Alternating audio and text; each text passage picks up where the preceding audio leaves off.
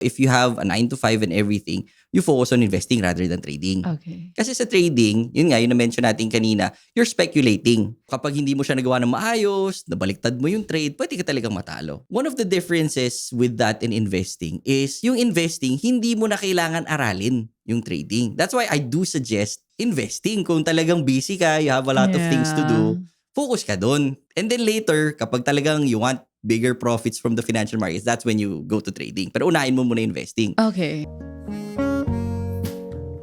Madalas natin naririnig online ang salitang trading. Actually, hindi lang online, sa TV, sa radyo, in the news, di ba? Maririnig natin yung salitang trading. May mga nagsasabi na marami daw yumaman dito. Milyon nga ba ang kitaan sa trading? Para sa mga ordinaryong Pilipino na tulad ko, wala masyadong anam.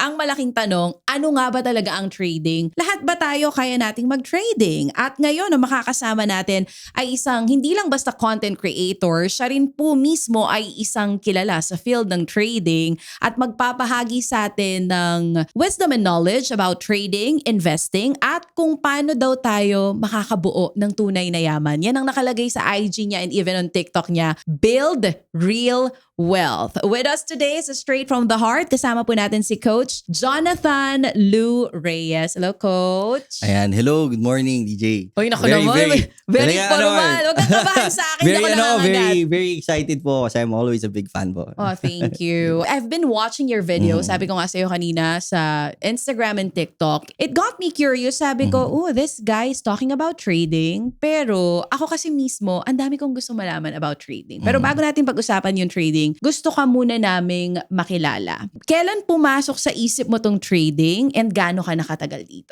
Before trading, actually ibang-iba po yung industriya ko. I graduated sports science. Sobrang layo po. And I was into research ng sports. I was into event management. Okay. Which I really enjoyed at first. But some things happened. It was very difficult. It forced me to shift to a new industry. And during that time, nung nag-aaral pa lang po ako, I started trading already. Pero yung trading ko nun, hula-hula lang. Kumbaga, I didn't know what I was doing. I was losing money. Kumbaga, but I was having fun at the same time. Okay. After my venture into sports, sabi ko, sige nga, why don't I try to focus more on this? Kasi nakikita ko yung promise niya. I think that I started very similar to a lot of, our viewers right now, na may nakitang nagtitrade online, it's very enticing, and how it's advertised outside is, konting pindot-pindot mo lang, biglang yayaman ka na. Diba? Parang that's how it's presented. So, I was attracted to that. When I focused there, sabi ko, sige nga, nag-e-enjoy ako. I liked it. I see the potential. And I wasn't doing very well. Okay. So, I looked for an entity na makakapag-kup-kup sa akin. Tutulong sa'yo. Natutulong sa akin. So, sabi ko, nakahanap ako ng isang entity that related sila sa financial industry. No? Sabi ko, sige, give me any job there. Kahit ano man yan, kahit janitor man yung gawin ko dyan, basta matuto ko mag-trade. Your course was sports science. Yeah. Oo. And then, napunta ka sa trading world. Yeah. Bakit? Sino nag-introduce sa'yo? I saw it online. So nakita ko na yung mga videos and some ads ng mga ibang brokers and how they trade, how they make money. So I became very interested in it. So I, did a lot of research online. I came across a couple of free courses. I came across parang mga ebooks na binabasa ko. So kasabay ng sports science, nag-aral ka na rin talaga noon? Yeah. Towards online. my last year. Yeah, online. Towards my last year. But after graduating sports science, ano ba? Pumasok ka rin sa school? Nag-sports side din ako. Tinuloy ko yung event Pinractice management. mo rin? Pinractice ko din for around 2 years. 1 to 2 years. Sabi mo walang pera. Teka, sabi lipat ko ako. parang medyo... I mean, let's be honest. I have friends na sports science. Yeah. Yung course na nag-graduate sila. And ngayon, sasabihin ko in this era, medyo okay ang kita compared to before. Plus, before, I really wanted to focus on sports research. Okay. Which is walang opportunity sa Pilipinas. You have to go abroad, tas maghahanap ka ng grant, diba? Tapos mag-aaral ka pa ng higher masters and PhD sa iba for you to actually get traction doon sa career mo as a sports researcher. Ang hirap. So I opted to go for trading na lang. What's with sports science? Ba't yun ang tinake mong course? Oh, because I used to be an athlete and I love sports so much. So Anong talagang sports yan? I used to be in the track team. Wow! Ngayon ba, does this still run? Barely. Wow! I run after my kids. Anong school to? Ateneo before. Wow! Oo, That was kaya in naman grade school pala and high school na ganun ako napakatalino. Iba talaga mga graduate sa Ateneo. Arneo. Arneo. But okay, sir. Sabi mo kasi kanina, nakita mo sa video about trading, pero wala nag-introduce sa'yo na tao about trading? As in like, lumabas na sa algorithm mo, gano'n? Yeah.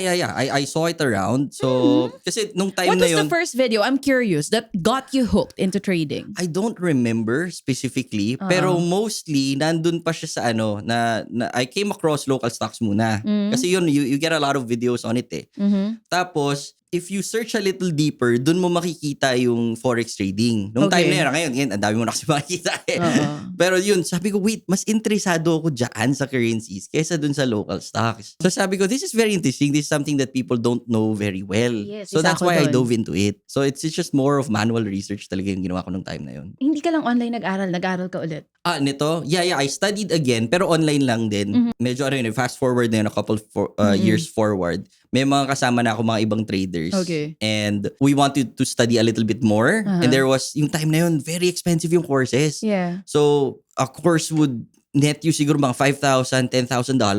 A course lang ha. For how many months or years? Short lang yun, 3 months lang yun. 2 to 3 months lang yun. So maiksi lang. What we did was that may mga ilang kaming mga trader, parang, sige pare, ikaw mag-aral itong course ito, pero chipin-chipin na lang tayo. So tuturuan niyo yung isa't isa. Let's study together. Okay. So you have access naman doon sa videos eh. So kanya-kanyang aral. So that's what we did. And it helped a lot. It helped a lot. Oo. So sabi mo may entity na nagtiwala sa'yo, nabigyan niyo ako ng kahit anong trabaho dyan. This is a trading firm. It's a broker. So explain mo sa amin isa-isa yan para mas maintindihan namin. Okay. Ano nga ba ang trading? At ano ang tawag sa mga tao nag-trade? Trader or broker? Anong difference niyan? Okay, excellent question. So una yung trading muna. Let's stick to forex trading kasi medyo maraming types of trading. So You're doing forex. Yeah, I'm doing forex. Okay. Also, yung mga gold, oil, yung mga ganyan. So, Yeah. medyo magkakasama naman sila. Yung concept niya is you're going to buy a currency that you think will appreciate in the future. Sa tingin mo aakit yung value niya. So, let's say, money changer. Punta tayo sa money changer, let's say, a couple of years ago. Okay? Tapos sabi mo sa money changer, pabili naman ako ng US dollar. Yeah. That time, sabihin natin 55 pesos yung rate. Oo. Okay? So, bumili ka ng worth $100, you gave 5,500 pesos. Okay? Tapos, ngayon, magkano ang rate? 59, nasa mga ganon, sabihin natin. So, 59, you still have your $100 in your wallet. Okay, Ginawa mo siyang lucky $100 mo, pero kailangan mo ng pera. So, ipapalit mo na siya. And when you exchange it back, tumubo na siya. 5,900 na siya in return. So, ano nangyari doon? Saan nanggaling yung kita? Kasi nag-appreciate yung value ng dollar. From 55, naging 59 na siya. Okay? So, that's where it basically came from. Now, let's try to think of something very relevant today. Gas prices. Parang sabi nga, I've been to a luxury spot. Gas station pala yung pinapakita. Mahal ngayon. Mahal ngayon eh. So, before, walang gera, walang away, oil prices were playing around $65, $68 per barrel. Okay? Ngayon, biglang may nangyaring gera. Naging 114. Bakit ganon? So, you can actually buy oil early on. Sabihin natin, pwede ka bumili ng oil. Yeah, you have access to that. Everything's online with Everything's trading. online. Everything's online. I myself can buy oil Yes. and then pwede akong tumubo in the future. Yes. O sabihin natin, nagkaroon ng gera tapos you bought it. Anticipating na pwedeng umakyat pa yan. Okay? So let's say something specific that happened recently. Yung Strait of Hormuz, sinarado, di ba, ng Iran. So like 20 to 30% ng oil supply ng buong mundo. Dumadaan doon. So medyo hirap. So, it's very simple. You have lower supply. Pwedeng talagang tumaas yung value ng oil. So let's say you had that idea in mind, kaya mo binili yung oil. So $68, it went up to $100. Kumita ka ng $38 per barrel that you bought. Okay, so pwede gawin sa dollar, pwede sa gold, pwede sa oil. Yes. Gaano kababa yung pwedeng bilhin at ano yung max? Depende dun sa asset na binibili mo. Merong normally na minimum yan. For example, si gold, you can buy, I think, minimum 1 troy ounce. 1 ounce of gold. Okay? Si oil, I think, abot kaya 1 barrel, pinakamababa. So, yung iba, syempre, maliit lang kasi yun eh. Like, you make a trade from $68 to $100. Malaking jump na yun eh. It doesn't usually happen eh. So, when you just buy 1 barrel of oil, ang kinita mo lang $38. Parang liit nun eh. Yung iba, ang max nila is, anong ginagawa nila? Yung max is really big eh. Like, you can go for like, I don't know, 10,000 barrels of oil. Wow. You can go that way. Pero, at the same time, what people have to remember is that there is inherent risk. Okay. Kasi what if binili mo siya ng 68, di ba, nagkagera, anticipating, tapos biglang naging friends sila, okay, parang okay, everybody's friends na, walang gera, tapos let's everybody releases oil, Bumagsak. babagsak yung Yeah. value. You Oo. also have to absorb that loss. Oo, So what oo. if you bought 1 barrel at 68, bumaba siya to $60, Mm-mm. then you lose $8 lang in the Mm-mm. process. Mm-mm. Kung isang barrel lang ang binili mo, paano kung binili mo 1,000? Oo. So basically, that's trading. That's trading. And do you trade just for yourself? Paano? Or companies hire you to Okay. trade for them? Paano? I trade for myself. Okay. And companies hire me to be their instructor. So what I do is that mainly I teach people how to trade. Parang sabihin natin, there's someone who's interested to trade. Sige, paano ko ba gagawin yan? To increase the chances na maging successful siya at hindi matalo. And That's these where I are come big in. companies. Mostly retail traders actually. Paano siya? Let's go back to your question before na you have traders and then you have brokers. Yan. Okay, Anong difference? niya? Difference. So traders, yun yung ginagawa, yun yung na-explain Yung ko kanina. kanina. Yan. So Oo, you're speculating kung anong aakyat bababa and you can either earn or lose from that particular trade. Mhm. Okay? Yung broker naman, those are the entities that provide the platform. Mhm. So, kunwari, doon kayo let's magte-trade. doon kayo magte-trade. Yun ang venue for Oo, trading. yun yung venue. Sila yung Oo. nagko-connect sa'yo sa international market. Okay. Yung mga brokers, normally, they get instructors kasi may mga traders sila no? And they want their traders to be successful. Aha. So normally, they support their traders through several means. And one of them is through education. Aha. So doon ako pumapasok. So they get me like, sige, you make a seminar on this, turuan mo sila paano mag-trade ng maayos, give them some thoughts and ideas, how to do it properly so that they can increase their chances na maganda yung mga trades nila. Para sa normal na tao na wala talagang idea at all dito sa trading, anong difference niya sa simpleng pag-i-invest? Halimbawa sa bonds, sa bangko. I would highly suggest that, if you have a 9 to 5 and everything, you focus on investing rather than trading. Okay. Kasi sa trading, yun nga, yung na-mention natin kanina, you're speculating. Sabihin natin, balik tayo sa oil, no?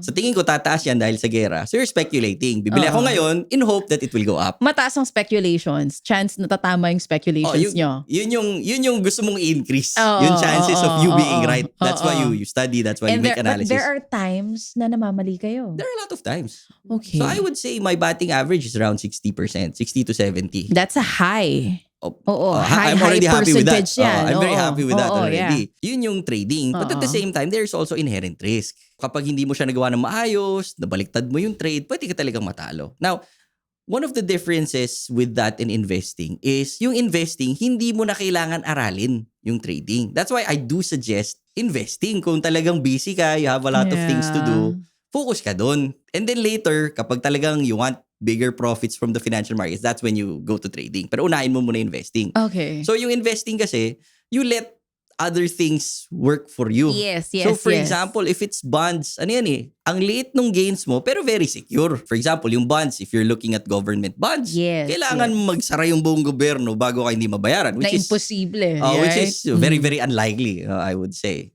Pero dun sa trading, there is risk talaga. Kailan mo mafe-feel or malalaman na ready ka na to trade? Ano yung like may threshold ba na dapat dahil magta-try lang ako hanggang 500k or 1 million pesos muna? Actually, sobrang baba lang. Oo. Kaya siya nakakatuwa You can trade with less than $100. 5,000 pesos 5,000 or or less, 5,000. okay yeah. na. Oo. May mga kakilala nga ako na ang style nila, they have an account na walang laman muna. Tapos, they put in like $10 lang or $20 Oo. sa account nila. Tapos, they trade for the day. Tapos, very aggressive yung trading nila. Pwede mo paangatin yun From $10, if you make a couple of good trades, pwede mo maging 50 yun. Pwede maging $100. Pwede ring maubos. Oo. Pag kumita, edi okay, happy. Oo. Tanggal ng kapital. Pag natalo yung $10, okay, bukas na ulit. So, you can do that. But can you do that kasi kailangan i-check mo siya every day. Not necessarily. Oh, So that's okay. the good part about it. For those working ng 9 to 5, anong pwede sa kanila? You can do position trading, which is, for me, when I started, that was my bread and butter. Simpler way to say it is long-term trading. Tipong pag mag-trade ka, you let your trades last for weeks, months, or even more than a year. Nandun lang. Andun lang siya. Oo. Pwede yun. So, before kasi, when I started out, I was very attracted to scalping yung tawag nila. Scalping is like, mabilis kang in and out sa market. Buy ka kagad after a few minutes, close mo yung trade. So, I was attracted to that type of trading at the start. Nakaka-tense. So, hindi siya nakakatuwa. So, I tried it. Para kang laging inaatake sa puso. So, eventually, after siguro mga 2 years talaga bago talaga ako nagkaroon ng stability sa trading ko eh. After a while, I realized natitense ako sa short-term trading or sa scalping, pero relax ako sa long-term. So sabi ko, sige nga, dito nga ako sa long-term. I focused on it and there were a few things that I was good at. I was good at identifying yung mga price levels kung saan pwedeng tumalbog yung presyo eh. Okay ako doon eh. So I was pretty confident. Sabi ko, sige nga, dito nga ako mag-focus sa ano ko, kung saan ako magaling. Doon ako nag-start kumita. Sa long term. Sa long term. Gaano ka long term? Itong pinag-uusapan natin. I'm talking about weeks, months. Okay. The longest trade I held was a year and 2 months with gold. And with trading, mahaba yun. Mahabang-mahaba yun. Mahabang-mahaba yun. So that is position trading. Now, if you have a 9 to 5 job, you can do that. Kasi ang oras lang na kailangan mo doon, maybe 5 or 10 minutes Per sa day. umaga. Yun na yun. Check mo lang. Check mo lang, tingin ka lang eh. Kasi beforehand, let's say, gumawa ka na ng analysis on the weekend eh, na okay, I'm looking for opportunities to buy gold, I'm looking for opportunities to buy let's say the euro or whatever currency kasi sa tingin mong aakyat siya. May research naman yun eh before you decide on what to buy or sell eh. So sige, I'm looking for opportunities to buy this.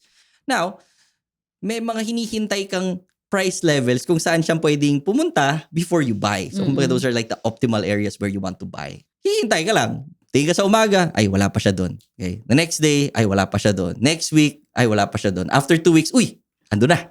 May signal na ako to buy. O sige, bili na ako. I put in my risk management na kung sakaling matalo ako, okay lang, tanggap ko yung risk. Hindi masyadong masakit. Okay. And then you just let it run for how long you want. I don't know if you're gonna answer that. It's up to you. Pero early on, nung nagsa-start ka sa trading, gaano yung pinakamalaki na napatalo mo? And gaano rin yung pinakamalaki na kinita mo? Alright, I will answer yung tinalo, wag yung kinita. It's easy for me to say, kaya mong bumili ng 1 kotse, 2 kotse, 3 kotse. Sky's the limit eh, yung ano natin dun eh. But I don't wanna say that kasi baka mamaya, we might go on the wrong foot. Baka mamaya, mamislead sila na, ito na yung solusyon sa buhay ko. Diba? Parang, so, siguro yung biggest loss is, I was starting out no in trading. Tapos nung time na yon medyo nagkaroon na ako ng stability sa trades ko. Okay, so kumikita na ako and I was really enjoying myself. Nasabi ko, confident ka. Galing na ako, no? Tapos what I did was that I didn't know that it was a dumb thing to do. That, sige, magaling na ako. So I got like, friends, family, yung close people na na funds na nakita nila. Oy, okay ka. Sige, pwede ba kami mag-lay sa'yo? Baka pwede mo makibakas. Yes. So for me that time, na siya, sizable na yung hawak ko na account, no? Tapos biglang malaki yung pera na dumating. Nakaka-stress pala yun.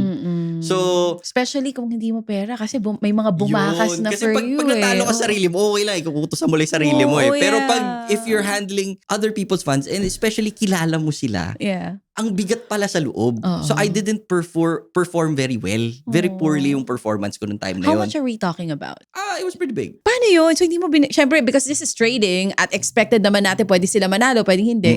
Wala kang ibabalik na pera. But nung time na yun, kasi sabi ko, I'm sorry, hindi ko talaga magawa. Sorry lang talaga kasi di mo naman, sabi mo nga, speculations lang lahat to. I was able to return it, pero later in my career na. You returned it. Pero later in my career na, with my own funds na. Kumbaga, they weren't really expecting me to return it. Pero syempre, di ba parang... nahiya ka. Tsaka parang, yun yung, parang nagawa ko na to ngayon, I'm able to make good profit from this already. Ko man lang, di ba? That's very nice of you. Pay my respects man lang. Very nice of you. Hindi ka na-trauma way back then. Kasi sipin mo, yung first major talo mo, hindi mo lang pera, medyo malaki. Bakit hindi mo pa rin tinigilan? Na-trauma ako nun. So, nag-stop ka for a while? Yeah, I did. I did like stop a couple of times. How long? I stopped for like a month, 2 months. May mga times na gano'n na intervals. Kasi parang, especially nung time kasi na yun, wala pang community of traders. So you didn't have anybody to relate to. So nakaka-depress siya. But after a while, minsan makikita mo sa balita may nangyayari. Parang ano kaya itsura ng charts? Hindi ka na mapakali. What do you love most about trading? Kasi yun nga na heartbroken ka na dito, diba? Pero binabalik-balikan mo pa rin. 2 main things, no? I would say. Number 1 is the freedom that it gives. So, ang sarap nung feeling na you can stop trading kapag you have some family affairs. Like a week sige, okay, I'll just stop now. Tapos mag-enjoy na lang muna ako for a week and then come back. Yeah. So you have that freedom. Walang boss. Wala kang boss. Wala kang, may asawa pero Pero yeah, wala kang boss, no? Oo. So the freedom it gives, ano talaga, ang sarap talaga ng feeling na yun. Financial freedom. Financial freedom, you have time for your kids, time for your Yeah. family. Number 2 is more of being aware of what's happening in the world. Kasi you're Dapat updated ka sa dapat news updated, you're forced eh. For example, lumipad yung presyo ng oil recently. Tapos kanina umaga bumagsak yung presyo ng oil. Okay? So bakit ganon? Kasi nagsalita pala yung si President Trump na parang, mukhang patapos na yung war. Oo, biglang binawi na naman biglang binawi niya. But if you think about it, meron bang ibang nag-change? Hindi naman nag-change yung regime ng Iran. Okay? Ang ginawa nung G7 group, yung mga malalaking countries, nag-release sila ng sarili nilang oil supply to calm the market down. So they were just actually calming the market down. But in reality, hindi pa nag-change yung status ng war. Oo, same pa rin siya. Same pa rin siya. So, yun yung mga things na napapansin mo Na-amaze ka. Na-amaze ako na, naintindihan ko na siya na pinapakalma lang yung mundo. Na-amaze ka on how this parang powerful countries, sila yung nagpapaikot talaga ng ekonomiya natin. So you get to understand a lot of those things. Now, before, very oblivious ka. So yun. That's what I really enjoy about it. What does your wife say about this trading stuff that you do? Oh, she's very happy because I'm at home a lot of times. So, she doesn't trade. I don't want her to trade kasi Why? Kasi kung ako yung asawa mo, kung makikita ko, okay yung kita, nasa bahay lang siya, parang gusto ko matuto. Was there ever a time na pinag-usapan niyo yun na, I wanna learn? Yeah, a little bit. Ayaw niya rin. Ayoko kasi pagtuturuan mo yung asawa mo ba? Haba yung araw mo eh. So, although my kid is a little bit interested. I have a 7-year-old. So he's a little bit interested. Alam na niya? Yeah, he looks, kasi whenever I trade, he comes visit me a lot in the office. Naintindihan na niya? A little bit, to some extent. Kasi parang titignan yung charts, parang I ask him like, what do you think? I mean, like for a 7-year-old to understand it, na-explain mo ng maayos, ibig sabihin, hindi talaga mahirap intindihin ang trading. Kasi yung iba marinig pa lang yung word na forex trading, gold trading, natatakot na eh. Kasi parang, parang pang mayaman, parang pang matalino lang. So ngayon, may mga nagsasabi rin kasi, ang trading parang sugal. Anong difference niya sa gambling? Okay, trading is gambling if you don't know what you're doing. Meron kang dahilan eh kung bakit mo binibili yung certain commodity eh. Diba? Going back to oil, if I'm buying oil because I have a good reason on why I'm buying it. Sa tingin ko aakyat siya dahil may gera, sisikip yung supply ng oil. Oo. So hindi mo sinasuggest na ang mga tao talaga mag-trade ng wala kang alam una sa trading at wala kang alam sa nangyayari. Oo. Pwede ka mag-trade pero maliit lang. Oo. Gusto mo lang, i-try mo lang. Just for the experience. But not sizable money. Yun yung difference. Kumbaga, that's only one side of the analysis. There's also one side na yung talagang charting. Yun yung, ang tawag doon is technical analysis eh. So you're looking at the charts and it's just pattern recognition. For example, nangyari na to dati, umakyat to, tapos bumaba dati. So given the same scenario, pwedeng ganun mangyari it will ulit. likely repeat again. Pero anything's possible, so pwedeng hindi yun din ang mangyari. Exactly. Pero there's a high chance of it happening. So it's more of probabilities. So dapat magaling ka sa strategy when you are trading. You just need, yun yung, I think one of the main misconceptions din okay? Tell us about it. A lot of people think that the more you learn, the better you are at trading. Actually, hindi. Baliktad siya. The more you focus on one thing, the better you are at trading. So for example, may mga different types of trading. So for example, you have like, or different, I would say strategies. Okay? Merong strategies that focus on trending markets. Na yung long term na talagang akit lang siya ng akyat. Okay? May mga galaw yung market na biglang volatile. Pipitik sa taas, pipitik sa baba. Parang oil, oo. May mga markets na patay lang yung galaw. Wala masyadong pinupuntahan. It's just going up, down. It's just going nowhere. Okay? So, may mga strategies that focus on those types of movements. So, for example, I'm more of a trend-following trader. So, the more you focus on one thing and you refine it continuously, kanwari I found a trend-following strategy and I'm comfortable with it. I try it out in the market. I test it out for like 20, 30 times na nag-trade ako. Okay? Manalo, matalo, it doesn't matter. I take a look at my statistics. Okay. Saan ako nanalo, saan hindi? How can I improve this? Okay. And then you change a little bit and you test it out again for the next 30 trades. Tapos, medyo nag-improve. Okay? You try to improve it again. So, it's more of specialization on one thing. Doon ka pwedeng talagang kumita. The more actually that you know about, a lot of things, it's gonna help you a little bit. Pero you Oo. might actually be more confused. So, hindi lang pang matatalino sa math at pang may alam sa current events ang trading. Exactly. Oo. I failed math nung high school. So, Oo, I mean, kasi, I flunked math. Parang yun yung misconception ng lahat eh. Right, Pag right. magaling sa trading, husay niyan sa math. Exactly. Husay sa numbers. Oo. Hindi ganun. Hindi siya. So kami Tsaga. mga takot sa numbers, pwede kami doon. Okay lang. So ang pinaka-attitude talaga for that is patience. Patience. Oras, patience. And I think having a community is very, How's the community ngayon? ng mga Okay, traders it's much natin? better now. Dati kasi wala kang mapagtanungan eh. Mm-mm. Dati talagang mga ibang lahi yung kakausapin mo pa eh. Try to join their community. Ngayon Now, maraming Pinoy. ang dami ng Pinoy, dami na local trading communities. Tapos, ang dami na ring mga instructors around. Di ba? Ang dami na nagtuturo. Like you, yeah. Oo, Oo. Which is always a good thing. Oo. Kasi, kumbaga, nade-develop na yung yung industry with that eh. So Oo. ako, personally, I also have my own trading community. Okay naman. Gaano kabata yung trader na kasama sa community nyo? The youngest that I taught was 12 years old. Yeah. Diyos ko naman kung naturuan nila yung 12 years old. Paano youngest I pa taught. kami? I'm sure matuturuan nyo kami. Ano ba? Like, mas maraming lalaki or babae? na traders? Demographics-wise, I think men, nasa ano? mga Men? 60% guys. Hindi naman ganun Why? kalayo. Siguro coming from a father's perspective na lang, that you always want to provide more for your family. Oh, So siguro get. you're always trying to look for something na pandagdag eh. Mm-mm. Siguro yun yung perception ko. Can this be a full-time career? Like yeah. you. Oh, Kasi yeah, oh, di ba from sports science, now a trader. Yeah, definitely. There's also a lot of opportunities nowadays compared to before. Kasi dati, sariling capital mo lang talaga yung tinitrade mo. Okay? And if you have a small capital, then syempre maliit lang din yung pwede mong kitain. If you lower your risk, maliit lang yung pwede mong kitain. Nowadays, may mga tinatawag na ng mga prop firms. Ito yung mag-e-exam ka sa kanila. You pay them, and then you have an exam. Basically, the exam is for you to trade and to do well in your trading. Okay. Okay. And then, if you pass that exam, they're the ones who's gonna give you capital. I'm talking about $50,000, $100,000. When you have that capital and you trade, okay, may rules lang sila. Meron kang kailangan gabayan ng So may mga percentage ka doon sa papatrade nila and it's sa'yo? pretty big. Percentage is around 70%. Sa kanila? No, sa'yo. Yeah, malaki siya. Oh! Pero mahirap yung exam. I mean, you have to be a trader na. Kailangan marunong ka na. Oo, Okay? yeah, So, yeah. yun yung kagandahan ngayon eh. Kasi you can already leverage your skill. So, kahit maliit lang yung account mo noon, sabihin natin, sanay ka lang sa $500. Sanay ka lang sa $1,000. And you've been doing well. Mga 6 months ka ng consistent sa trading mo na yun. Then maybe you can try out for a prop firm. Medyo mas maliit lang na account na prop firm. Mga tipong $5,000 lang, $10,000 na account lang. Kung pumasa ka, sanayin mo muna yung sarili mo ng konti. You make some money out of it. Then you go for a higher capital. Yun yung At marami ng prop firms dito. Again, international din sila. Oo. Okay. Pero maraming mga prop traders na rin sa Pilipinas. Grabe yung 70%. Marami nang pumasa. Oo. Wow. And I'm very proud na marami ako naturuan na prop traders na. Oo. And they're actually making more than I am, but I'm very happy with that. If people want to learn about trading or gusto talaga nila maging full-time job nila tong pagiging trader, Yeah. they'll enroll sa under you? Paano yun? All right.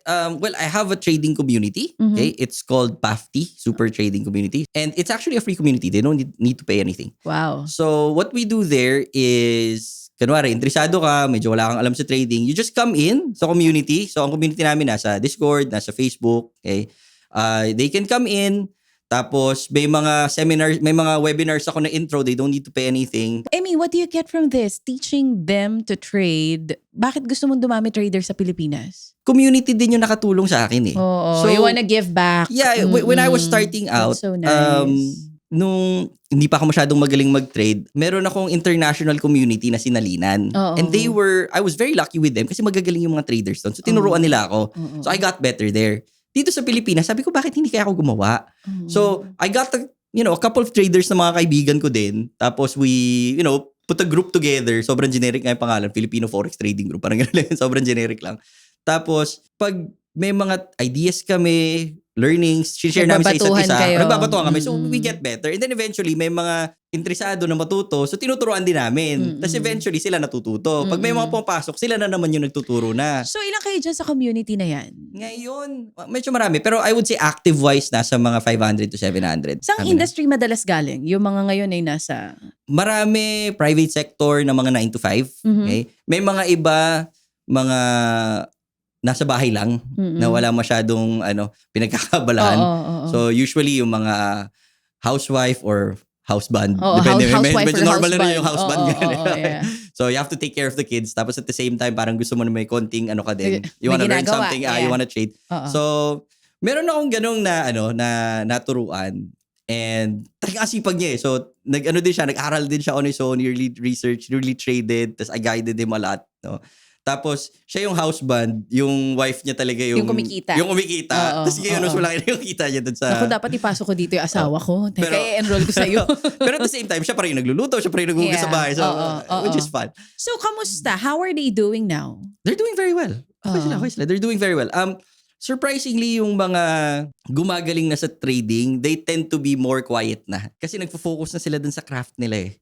Tapos kapag may mga pupasok sa community, they try to help. Realistic na kita ng trader na nagsisimula pa lang. Don't expect nakikita ka muna. Kasi trading is a skill eh. It's like, let's say basketball. Okay? Kahit anong basa mo ng rulebook, kahit anong panood mo sa videos ni Jordan, pag tumira ka, hindi mo naman hindi papasok yan. Hindi agad-agad. Hindi agad-agad. So it would take you, a couple of months to really get used to it. Aha. Okay? Yun yung time na I highly suggest, maliit lang talaga yung capital mo na tinitrade. Ang gusto ko mangyari is, once you have that very small account, you try to make it last. Ang liit lang talaga ng mga trades mo. And the one I mentioned earlier, na when you focus on a particular strategy, you improve it. Like after 30 trades, you improve it. No? Tignan mo ulit, anong mali, anong tama, you focus dun sa mga tama. Yun yung tamang pathway. Para kasing overtime malalaman mo kung anong bagay sa'yo. Kung anong bagay sa'yo. Because Exactly. there are a lot of types ng trading. Yes, and as humans, we actually have our own individualities and strengths. Oo, yeah. Kagaya ko, di ba, previously, nung nag-aaral ako mag-trade, gusto ko mag-scalping pero sablay ako, natitense ako. So I focused on long-term trading. Doon ako kumita. Tapos meron namang mga magaling din sa scalping May mga talaga. scalping pero natitense sa long-term kasi hindi nila kaya hawakan na matagal. Okay. Depende talaga sa expertise mo. Yes. But dun sa mga students inyo sa community, like how long, ilang months bago sila natuto na parang, okay, pwede na to. Coach Tan, pwede mo na akong pakawalan. Kung talagang focus sila, kahit mga 6 months kaya na eh. Pwede na. Kaya na, 6 months to 1 year. Oo. Gaano kalaki dapat ang savings bago mo masabi na pwede ka na mag-trading? You don't need savings because of prop firms.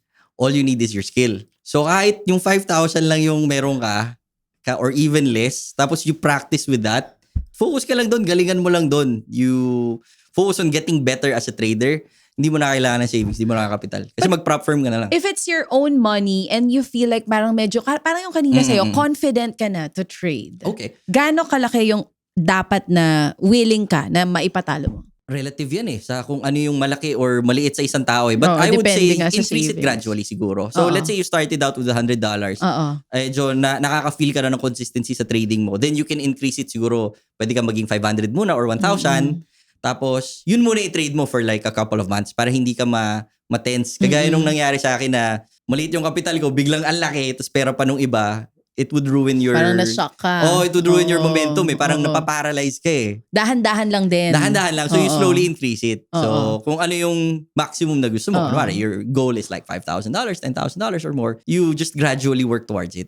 Meron ka rin bang mga kakilala na kumbaga gusto mag-aral sa or kasama niya sa community na gusto mag-aral ng trading pero hindi naging successful kasi parang ang ending is na-addict ng sobra kaka-trade kahit hindi na nananalo, trade lang. Oh, there's a lot of them. Dapat you treat it as a business. Na meron ka lang certain amount of risk that you're letting yourself have. Okay?